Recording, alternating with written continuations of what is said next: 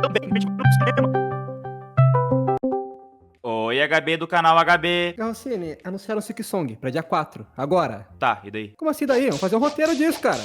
Eu tive que parar tudo que eu tava fazendo pra poder falar sobre Hollow Knight, já que Silk Song foi anunciado do nada. Eu odeio minha vida. Hollow Knight. Eu amo esse jogo. Mas ao mesmo tempo, eu odeio muito esse jogo. Eu nem é culpa dele em si, mas do estilo dele, que em suma é Metroidvania. Mas bom, vamos lá. Pra falar direito sobre o Hollow Knight, pra dar início a esse vídeo, eu quero saber de você. Você sabe o que é um Metroidvania? Não, não é uma estação de metrô que se chama Vania. Nada disso. Metroidvania é descrito como um subgênero de jogos de ação e aventura em um mundo interconectado de plataformas e de combate. Esse gênero de jogo surgiu com um combo de dois jogos. O primeiro, originado em 1986, no Famicom Disk System. Eu não sabia nem que esse videogame existia. Sendo ele Metroid. E do outro lado, um segundo campeão, desenvolvido pela Konami. Pelo infame PlayStation. Castlevania Symphony of the Night em 1997. E a união dessas duas, eles criaram um estilo BOOM! Metroidvania. Metroid, lá do Famicom, ou do Nintendinho, se você preferir, trouxe a ideia de um mapa enorme, cheio de caminhos bloqueados, onde pra conseguir avançar, você tem que pegar uma habilidade nova. Tipo, olha, tem uma porta ali que sobe com um míssil. Opa, tem um lugar alto demais, preciso de um pulo duplo. Tem um noia na esquina, preciso de um baseado pra dobrar pra ele poder passar. É aquela sensação de, eu não posso passar agora, mas eu volto ali daqui a pouco. Já Castlevania Symphony of the Night pegou essa fórmula, deu uma refinada absurda e colocou um castelo, ou melhor, dois castelos gigantescos, uma exploração não linear, um sistema de progressão de personagem, armas diferentes, magias. Basicamente, o jogo transformou exploração e aventura em um mini RPGzinho, só que um RPG bom, diferente de Assassin's Creed, né, Ubisoft? Você não só pega uma skill pra avançar, essa skill te deixa mais forte, o caminho que te levou até ela te tornou mais forte. Na realidade, esse jogo, ele é tão específico e tem uma história de criação tão única que merece um vídeo só pra ele. E quando junta as duas coisas, nasce o tal Metroidvania, um gênero que mistura exploração em mapa gigantesco interligado, que é a herança do Metroid, com a progressão de personagem e essa atmosfera que o jogo dá, que é a herança do Castlevania. Para ser sincero, eu não faço ideia do porque tem Metroid no nome disso, deveria ser só Vania, porque ele refinou a fórmula, mas beleza. Então a gente chega nos anos de 2017, e a Team Cherry, uma empresa com três funcionários, Art Gibson, William Piller e Jack Vine, criaram, sem querer, um clássico cult da atualidade.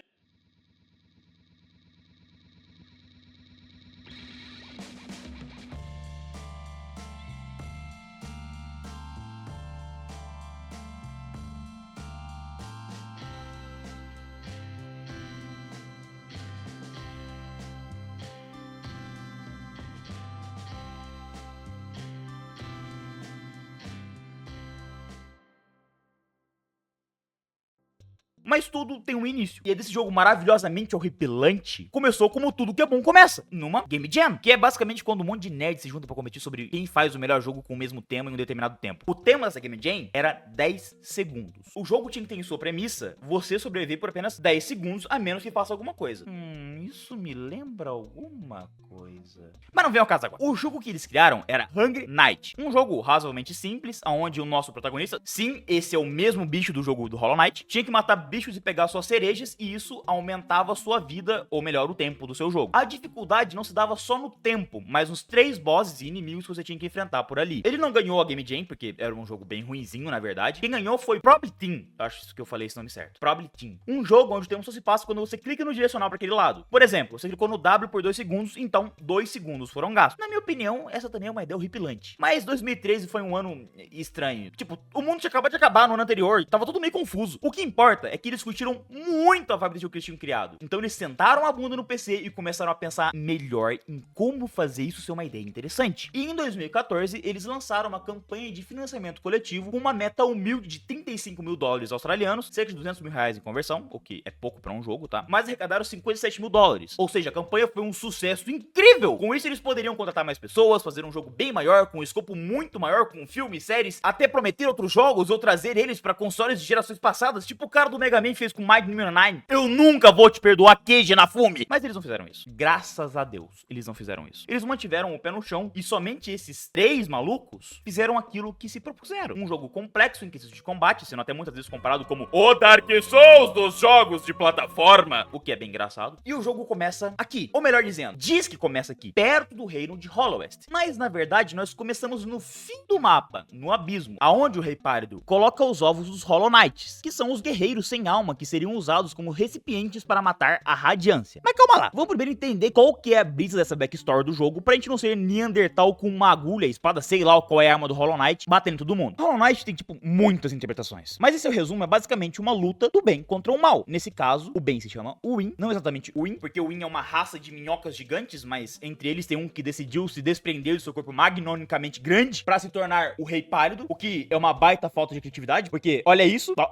olha isso. Por que não colocar o seu nome de, sei lá, Carlos Igor 3K? Ele se transformou da sua forma gigantesca pra se aproximar mais dos insetos, e assim que ele se transformou, ele expandiu as mentes dos insetos, lhe dando inteligência e um reino pra chamar de seu, Hollowest. Ele não é só um rei pros insetos, mas ele é visto como um deus abençoado. Adorações eram feitas e oferecidas por meio de ídolos ao rei, e até mesmo a tribo das mariposas deu as costas ao seu criador Radiância e começou a adorar o Rei Pálido. Um dos poderes dele era prever o futuro até um certo ponto, e com isso ele conseguiu converter todo mundo que ele era o único deus verdadeiro. Quando a Radiância, o deus, entre aspas, do mal, que é meio que também o deus dos sonhos, é bem confuso, mas é mais ou menos isso. A Radiância foi quase inteiramente esquecida, apesar de resquícios da sua memória permanecerem como uma estátua na coroa de Hollowest. A sua memória começou a se espalhar pelo reino. Na época, em uma fase de ouro, rapidamente toda Hollowest começou a sonhar. Aparecia a eles uma luz ardente que era a Radiância. Esses sonhos podiam confundir as mentes dos insetos e eventualmente escravizar as suas vontades. No entanto, o rei e seus súditos resistiram à sua memória, o que então começou a manifestar-se como uma infecção. A Radiância ofereceu união aos insetos ao custo de uma mente incapaz de pensar. O que pra mim, na verdade, é a Radiância do bem e o Rei Carlos Igor 3K é do mal, porque a ignorância é uma benção. Obrigado, Márcia, por me ensinar a ler e escrever. Eu tenho depressão nível 4 por sua causa, professora! A Radiância, quando viu que até os seus filhos trocaram ela por um branquelo qualquer, ela ficou tipo, que bagunça é essa rolando? Ela tava quase sendo esquecida. E pra tentar ser relembrada, começou a infecção de vez. Ela tirava o pensamento dos insetos e deixava ele com uma mente coletiva de colmeia. Pra remediar isso, o branquelo teve a ideia de selar um deus em seus próprios filhos. Esses filhos seriam nascidos sem sentimentos por dentro, eles seriam ocos, vazios, hollows. Mas pra selar, primeiro ele precisava de um selo, e pra isso ele precisava de pessoas, ou melhor, insetos, pra se tornar sonhadores, que ficariam entre a vida e a morte um sono eterno pra criar esse selo. Não se sabe muito bem desses sonhadores. Apenas que um deles só topou ficar imerso em um sono eterno se desse uma bimbada com um branquelo azedo, e daí ele topou. O nosso reino é muito fiel à rainha, não é mesmo? E desse relacionamento nasceu Hornet. Quem fez o parto foi uma parteira, que era a serva do ninho, que meio que perdeu o emprego desde que o reino caiu em desgraça, mas ela continua lá, no lugar do nascimento de novos insetos, esperando alguém ter um filho. A Hornet é uma baita de uma incógnita, já que ela possui vontade, ela possui sentimento, ela possui voz, diferente do nosso protagonista que é frio, calculista e mudo. Fala pra mim, Hornet, como você não foi consumido pela Radiância, Hornet? Como, Hornet? Hein, Hornet? Hein, Hornet? Fala pra mim, Hornet! Fato engraçado. A Hornet, ela é filha do Rei Pálido com uma aranha e ela foi treinada por abelhas. Isso é bem engraçado. Ela anda pelas ruínas fazendo bullying com quem tenta entrar nas ruínas, mas também protegendo o selo do seu pai. Ela guarda a casca descartada na borda do reino, que é aonde você pode conseguir a marca do rei, que é um item deveras importante que abre portas em locais específicos, tipo umas 2 vezes. Ela trabalha para impedir a destruição iminente. Ela aparece como um inimigo inicialmente, mas à medida com que a jornada se avança, a gente percebe que ela é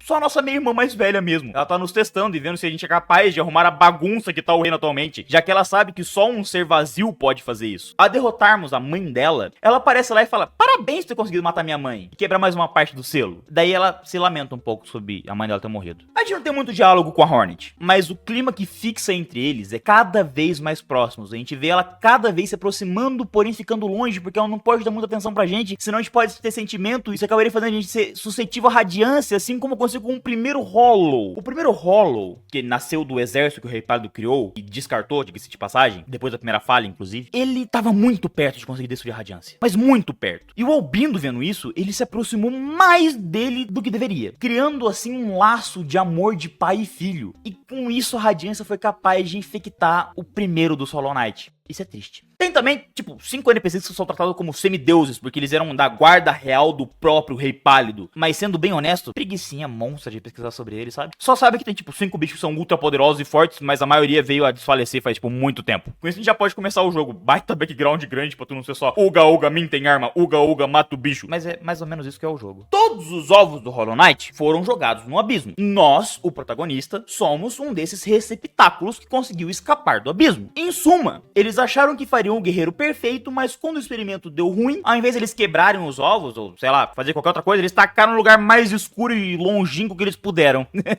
É o que os olhos não veem, o coração não sente. Todo Hollow Knight é mais ou menos igual e tem a mesma premissa de que quando é quebrado, vira uma alma vazia que fica parada mais ou menos no mesmo lugar em que morreu. O que nos dá uma teoria linda que eu gosto muito, mas que provavelmente tá errada, mas como fui eu que inventei, eu gosto muito dela, e se toda vez que você morrer, você perde esse personagem e o próximo que você controla é outro Hollow Knight que conseguiu chegar até ali e enfrenta a sua sombra sendo a porcaria de um loop sem fim até o fim da parada, já que tem ovos infinitos no abismo. Porque o jogo deixa entender que as sombras são os demônios da nossa cabeça, paranoias e tal, que inclusive copiam nossas habilidades exatamente como elas são, o que é um dos motivos pela qual eu citei que talvez essa teoria esteja errada, mas é uma habilidade que a gente tem de liberar os nossos demônios. As habilidades são um ponto deveras importante se você estiver prestando atenção no vídeo. Literalmente o que faz Hollow Knight ser um Metroidvania são essas habilidades. São elas: o espírito vingativo. Esse é o primeiro poder que você pega, e é basicamente uma onda de poder que sai varrendo tudo na sua frente, dando um dano absurdamente ruim. Sério, esse poder é horrível. Seguinte, enquanto a gente vaga pelo mundo, porque a gente tá perdido, porque sempre estamos perdidos nesse jogo, esse é meio que a proposta do jogo, estar perdido, a gente encontra uma velha xamã com carapaça de caracol. Esse é um dos designs mais legais do jogo, na minha humilde opinião. Falando com ela, ela olha no fundo dos meus olhos negros e sem emoção e fala: "Hey, eu gostei de você, toma aqui um poder." E aí se a gente pegar esse tal poder, ela pega a gente e a vagabunda nos tranca numa masmorra. Ou a gente morre ali, ou a gente usa o poder que ela acabou de dar pra gente. Olha que NPC legal. A história dela é meio vaga, mas esse NPC é de uma tribo de xamãs caracóis, faz sentido. Eles se especializaram em poderes das almas, seja lá o que for isso. Depende muito da sua religião, né? Eles criaram poderes como apanhador de almas, devorador de almas e pedra xamã, para extrair almas de criaturas ainda vivas e aumentar o poder dos feitiços. Por causa dessas habilidades, um deles foi capturado pelos estudiosos do Santuário da Alma e usado em experimentos. Eles também podem sentir quando são lidos pelo Ferrão dos Sonhos, que eu já vou explicar sobre o que é. Se você absorver o resto mortais desse que foi capturado,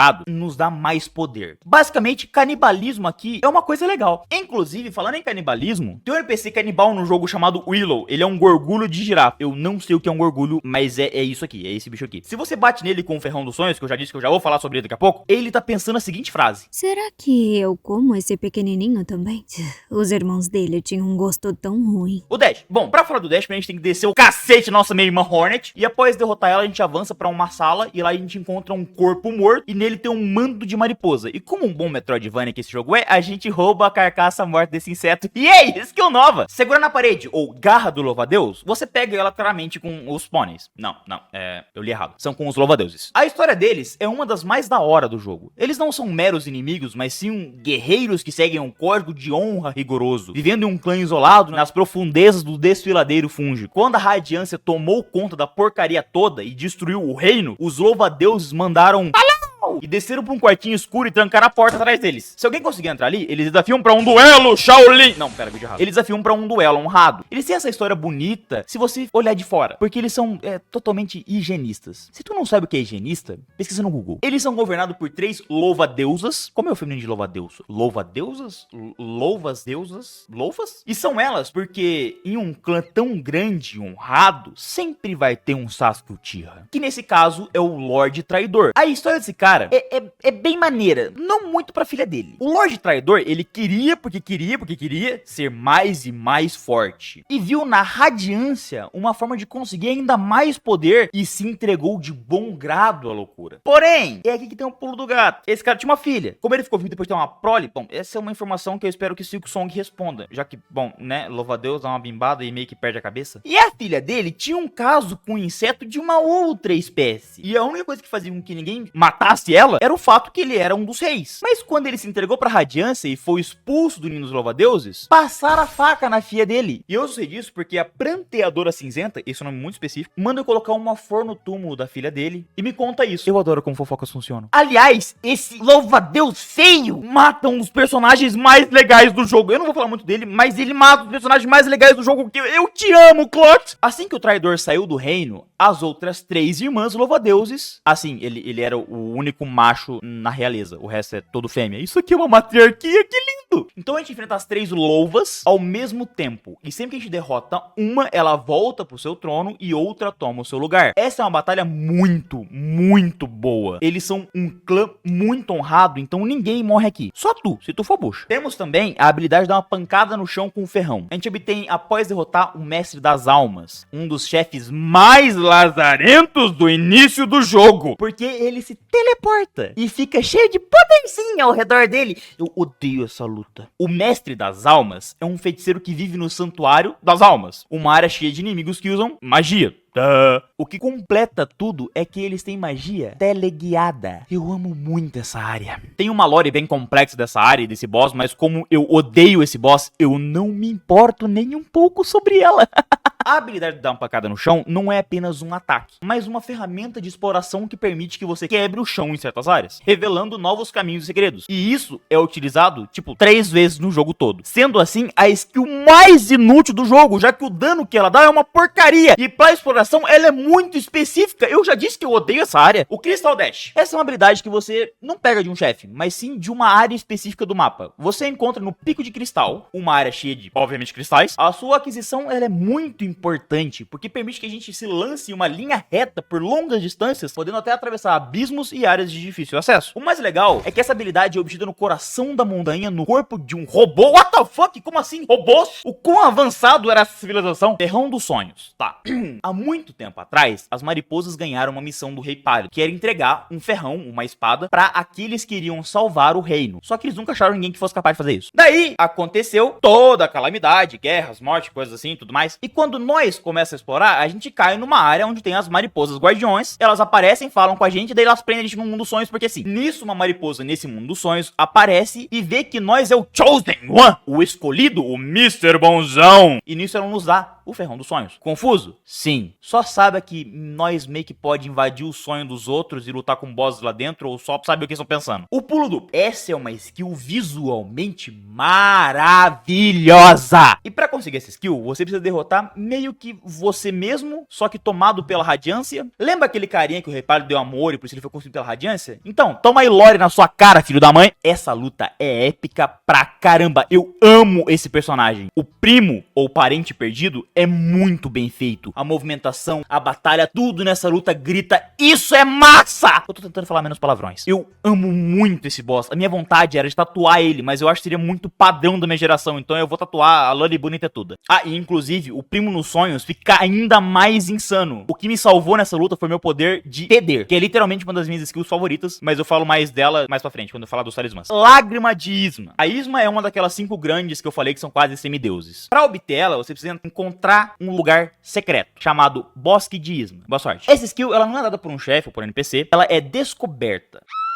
O nome é Lágrima de Isma porque você pega literalmente uma lágrima meio que do rosto morto dela. O que é lindo, mas é tão triste. Esse jogo é triste por inteiro. Eu tô fazendo muitos vídeos de jogos tristes ultimamente. Enfim, voltando. O Dash Negro é uma das últimas habilidades de movimentação que você tem no jogo. E a sua aquisição tem um significado meio que mais profundo na história do jogo. Se não tem, pelo menos eu vi assim, mas meio que eu vejo filosofia em tudo, então eu posso estar errado aqui também. Diferente de outras skills que são encontradas em corpos de insetos mortos, ou adquiridos após uma batalha, ou pegos de uma lágrima de um semideus morto, o Dash Negro é obtido diretamente do abismo, aonde você foi chocado. Sei lá, como inseto eclode de ovo. Você precisa encontrar uma fonte do vazio, que é literalmente um cálice borbulhante de um líquido preto, que é a substância escura que compõe o você, pra assim se conectar com ele e absorver o seu poder. Pra chegar ali é um caos. A gente enfrenta muito das sombras dos nossos irmãos deixados pra trás, o que aumenta ainda mais a minha teoria que a gente controla vários Hollow Knights. O Dash Negro não é apenas um dash comum ou só uma habilidade. Ele permite que você se misture com as sombras passe por barreiras de sombras. Ele simboliza a aceitação do seu próprio passado e da conexão com o vazio. E o quão desgramado era o teu pai, aquele filho da... Alcine, sem palavrão nesse vídeo. Prometeu. É um poder que te diz, você tá tão conectado a esse mundo de sombras que você pode literalmente atravessá-las. A sua aquisição não é um prêmio ou apenas mais um item, é um lembrete do seu propósito e da sua origem. Viu? Filosofia! Agora, tem alguns lugares e NPCs que você vai ver de forma recorrente, ou não, depende de como você explora. Tipo, tem um NPC que eu acho muito fofo, que é só um besouro minerando, que fica cantando. É só isso, besouro minerando cantando. E é tão fofinho! Como todo bom jogo, você pode comprar coisas desses NPCs. Na maioria, pelo menos. Não, na minoria. E você compra com gel, que é a moeda do jogo, que também tem uma coisa muito interessante por trás. Existe um NPC, um inseto velho, meio doido da cabeça,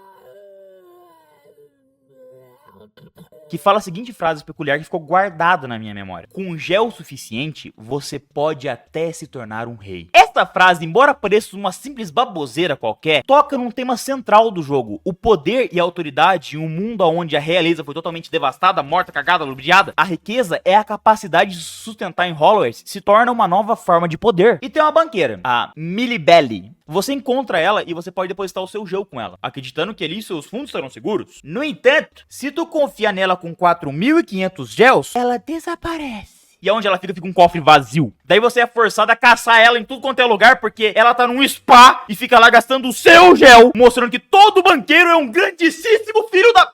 mãe. Ufa. Outro lugar é a fonte do rei. Aqui eu pedi dinheiro, viu? Você pode depositar todo o seu gel para o rei de Hollowest, como uma espécie de tributo. O jogo não te recompensa com nenhum item ou habilidade com isso, mas ele dá a entender que você vai ganhar alguma coisa com isso. Então eu gastei tipo 10k de gel ali. Eu odeio muito esse jogo. O gel é muito usado para 3 coisas. As primeiras e mais óbvias são para comprar bancos, que é o seu ponto de renascimento, e para comprar viagens rápidas com o último dos... eu não lembro o nome dele, então eu vou chamar de besouro. Ele é o último da espécie dele, mas mesmo que sua própria espécie tenha desaparecido e a velhice dele tá começando a prejudicar ele, o último dos besouros permanece fiel aos seus deveres. Ele transporta qualquer inseto que chama-o com o sino da estação, onde quer que eles estejam. No entanto, a sua memória tem dado uma falseada. E ele esqueceu onde ficam as estações. Então a gente tem que localizar esses caminhos no reino e liberar as estações com gel. Ele esqueceu até mesmo o ninho aonde ele nasceu. Em todas as estações, ele pode contar mais sobre suas áreas circundantes, fornecendo muita informação sobre o passado do reino e seus habitantes. É basicamente tudo que eu sei que eu tô falando aqui, foi ele que me contou. Eu peguei na wiki. Depois que a gente encontra todas as estações disponíveis, o último besouro lembra a localização do próprio ninho e leva a gente até lá. Dentro não tem nada muito bom pra gente pegar, mas tem muitos cadáveres de besouros que são encontrados junto com ovos quebrados. O último besouro vê um único ovo que não foi quebrado, parece que foi eclodido. E ele sente que mais da sua espécie pode estar viva e circulando por aí, vivendo aventuras e sendo livres, o que o alegra. Então ele muda de nome, e o nome dele agora é Velho Besouro. Esse jogo consegue ser triste e fofo ao mesmo tempo, eu tô rindo, chorando. Outro NPC recorrente que você gasta gel é o carteiro. Não carteiro de entregar cartas, mas carteiro de cartografia, de fazer mapas. Conífero. Ele foi chocado e já saiu andando. Imediatamente já pode nascer, deixando seus irmãos e sua mãe pra trás. Desde que nasceu, ele já era um vagante. Esse deve escutar muito ventania. Rodoviária de maluco é posto de gasolina. Mais velho, Conífero se casou com Iselda, que costumava ser uma lutadora. Porém, quando seguia o marido Conífero pelo mundo, eles acabaram chegando a Hollowest. Então ela largou sua arma pra desfrutar de uma vida mais tranquila. E ela tá sempre brava porque o seu marido não para quieto em casa. E eu concordo com essa mulher. O Conífero tá sempre nos lugares mais estranhos do mapa pra você comprar um mapa da localização daquele lugar. Só o conceito dele é muito engraçado. Você mata 5 bosses, passa por 3 poços sem fundos, chegando até o fundo do poço, passa por cadáveres, sangue, tristeza, fome, peste, miséria, robux, pra chegar no começo do próximo estágio e tá lá o desgramado inteiro bebendo uma coquinha gelada, pronto pra te vender um mapa por um preço muito injusto. E pra você ter que achar ele, boa sorte pra achar ele. Tudo que tem pra te indicar onde ele fica é esses papeizinhos no chão. Se vira, amigão. E tem mais, o mapa que ele vende é um mapa em branco, você tem que atualizar ele sozinho quando você tem um banquinho. Então pra que esse PC existe? Ei, Conífero, pra que você existe, seu filho da mãe? Pra que você existe, Conífero? Só me dá 2 folhas, 4 cameveiro. Ah, e se você for até ele e você não tiver dinheiro, não tiver gel suficiente, ele sai dali e fala assim: vá comprar com minha mulher, eu vou andar. Ele é vagante. Rodoviária de maluco é posto de gasolina. O que é ruim, mas nem tanto, porque daí você descobre que a mulher dele vende pins pra ajudar você a se localizar melhor no mapa, mostrando onde fica bancos, locais de viagem rápidas e até um amuleto que eu não fazia ideia que existia até 50 horas de jogo. A poderosa bússola, que mostra onde você tá no mapa. Eu decorei o mapa à toa. É que assim, como toda vez que você compra um mapa com conífera, ele fala que se você não tiver gel o suficiente, é pra falar com a mulher dele. Eu achei que a mulher dele só vendia mapas de lugares que eu já fui. Como é que eu ia saber que essa mosquito feia tinha o item mais importante do jogo? E o principal motivo pra ter gel é pra comprar os amuletos como a bússola. Ai, os amuletos, santo Deus, são 45 amuletos. Sendo que um deles é o próprio Sans Undertale, que você pode comprar, achar pelo mapa. E tem o mais poderoso de todos, que eu sempre tô usando, que é o de Fede, o escudo solar. Eu amo essas irmãs, principalmente o de Fede, e eu nunca tiro eles. Quem mais vende os amuletos pra você é o Sly, um antigo guerreiro que se convenceu que acumular amuletos era uma vida mais fácil. Então ele parou de ser um grande guerreiro pra ser um comerciante no porão dele. Porém, sempre tem uma lembrancinha dali do seu passado. Ele treinou 3 carinhas bem importantes pra tu conseguir avançar no jogo. Sim, tem um jeito certo de jogar Hollow Knight. E não, se você falar que não tem, você tá errado. Mato, ele não era o discípulo mais habilidoso dos 3, e seu movimento favorito é o Cyclone Slash. No entanto, ele tinha uma paixão por ensinar e esperava perpetuar o conhecimento do Nile Sage, que é o nome da arte marcial. Eu sei lá, é o nome que tá na wiki. Eu também não sabia disso. Sua devoção à arte do ferrão o tornou o mais próximo do seu irmão Shell, que é o mais talentoso. Quando os 3 discípulos se tornaram mestres do ferrão, Mato decidiu nunca mais reencontrar os seus irmãos antes de dominar a sua arte do ferrão. Mesmo já tendo se formado essa porcaria, ele estabeleceu uma cabana no topo do mundo, no penhasco uivante, para continuar lapidando suas habilidades. Ele saiu brigado com seu irmão Ori, mas ele tá sempre lembrando dele e querendo revê-lo. O Ori também não era o mais habilidoso dos 3, mas ele era muito mais focado no treino que Mato, com seu movimento característico sendo o Dash Slash, que é muito mais maneiro que Cyclone Slash. Enquanto Ori é respeitoso com os ensinamentos do Sly, Mato tava mais relutante em obedecê-los ao pé da letra. E sim, foi essa besteira o motivo da briga deles. Seguir ou não seguir ao pé da letra os ensinamentos do mestre. E insetos não tem tantos problemas assim, tá? Ori sempre parecia assombrado por algo. Depois desse desentendimento com os irmãos, ele optou por se afastar em reclusão. Então ele fica sentado numa cabana nos confins da borda do reino para evitar a companhia. Mas ele também vive lembrando e querendo rever os irmãos. Shell era o discípulo mais hábil, impulsionado unicamente por seu desejo de força e pelo domínio nas suas habilidades. No entanto, a paixão dele meio que desapareceu com o tempo. Ele começou a explorar novas formas de arte que pudessem movê-lo. Então ele começou a pintar quadros. Ele foi um que não brigou com os irmãos, mas ele também fica longe deles e fica sempre falando deles. Pelo amor de Deus, só se encontrem logo. E já que a gente entrou na arte do ferrão, eu não posso esquecer de falar dele, que usou a sua vida limitada unicamente pro ofício de melhorar ferrões. Tudo que ele tem é uma fixação por melhorar mais e mais a sua arte e a de tirar todo o meu dinheiro. Sério, pra melhorar o ferrão ao máximo, são tipo quase 9k de gel. E sim, eu sei que eu gastei 10k de gel no Poço do Rei, mas 9k de gel é gel pra caramba. Pra você ter uma noção, a média de drop de gel dos inimigos é de 3 a 20. E boss, quando dá muito, dá tipo 500. Eu farmei muito nesse jogo, tá? Ele não tem um background, ele é só o ferreiro. Mas quando ele forja o ferrão definitivo e vê que seu trabalho está completo, ele se vê sem rumo, sem mais o que fazer. Ele chegou ao ápice da sua forja, então ele faz um pedido pra nós, que o sacrifiquemos com a arma de sua própria alcunha, porque assim ele vai ser sempre lembrado como o melhor ferreiro do reino. Não, vem cá, conhece meu amigo Shell? Não, então, deita aí e deixa ele pintar você. Você não vai morrer não, maluco, a vida é mais que ferrões. Também é arte, brilhos, estrelinhas, final feliz.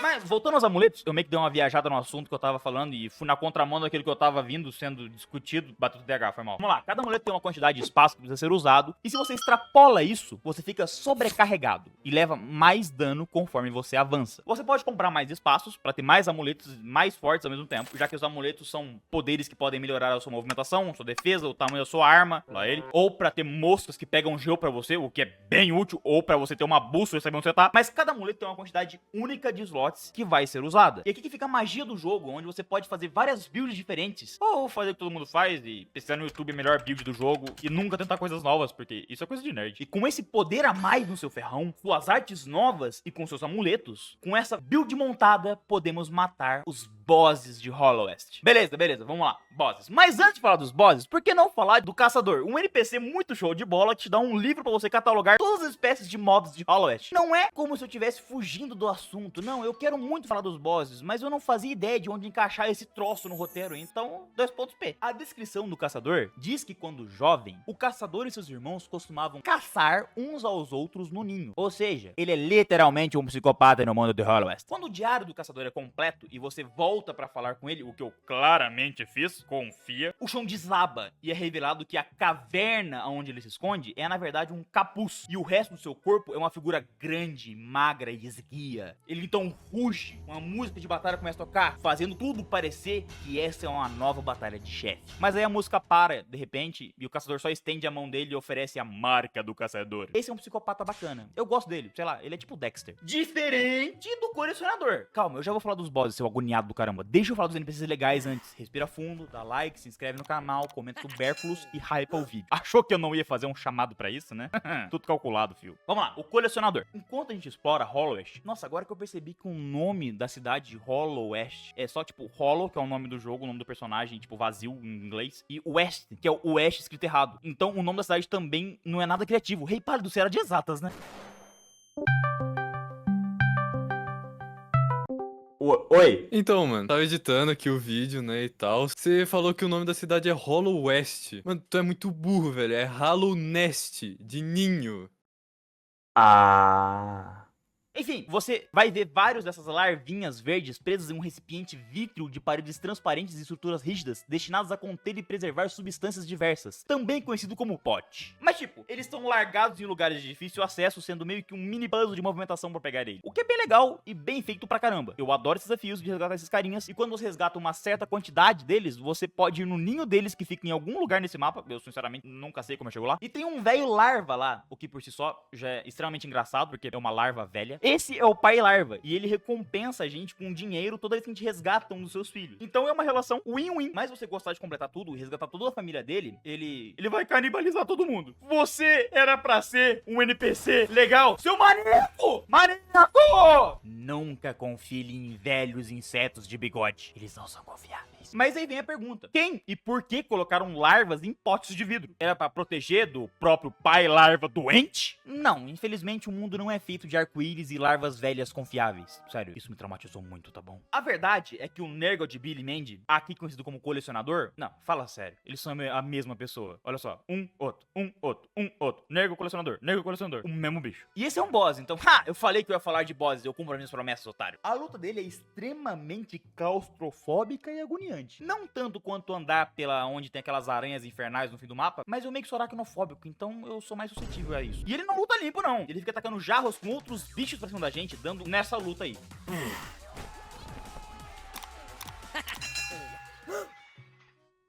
Eu não tenho nenhum boss marcante além do primo e desse.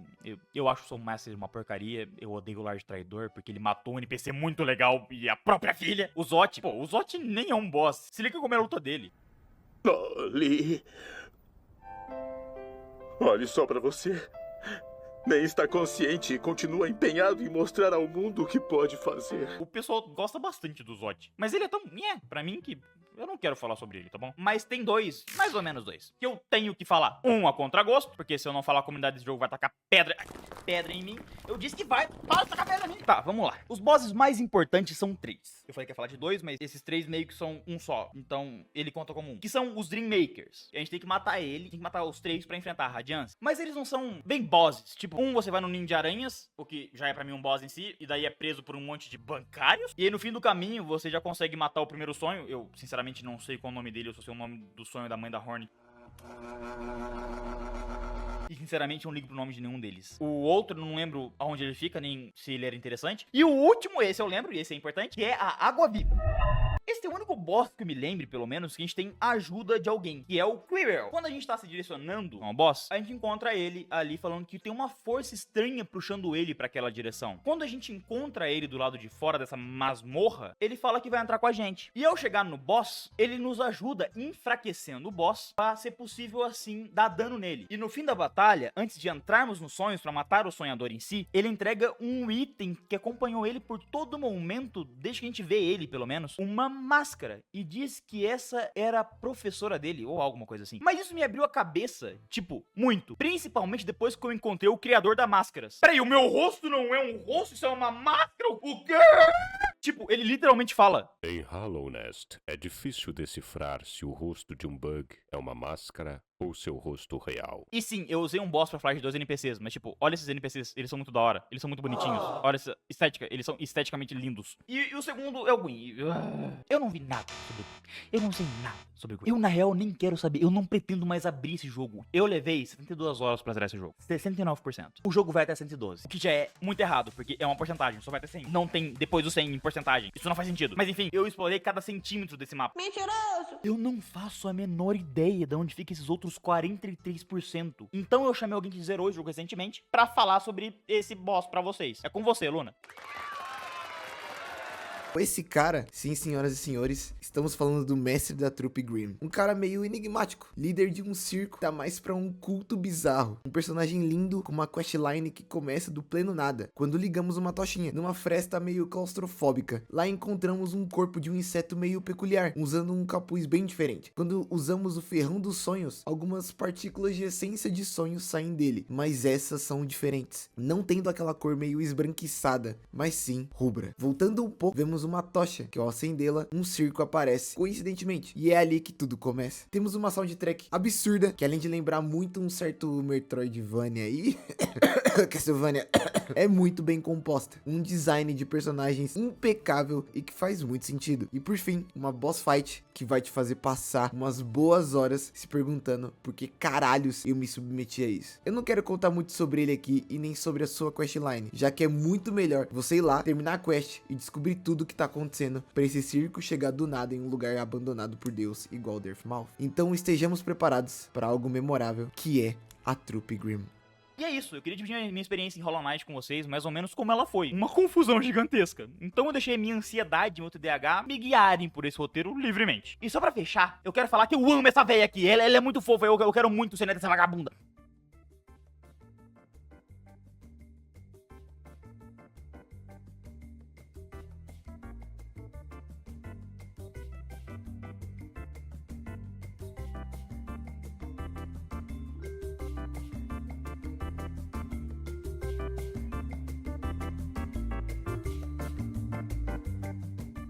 Garrocinho, tu não falou sobre o final do jogo. Não falei? Certeza? Tem que falar? Tipo, você acha importante? É um vídeo sobre o jogo, então sim, acho que... sei lá. Não, eu acho que a gente termina bem assim.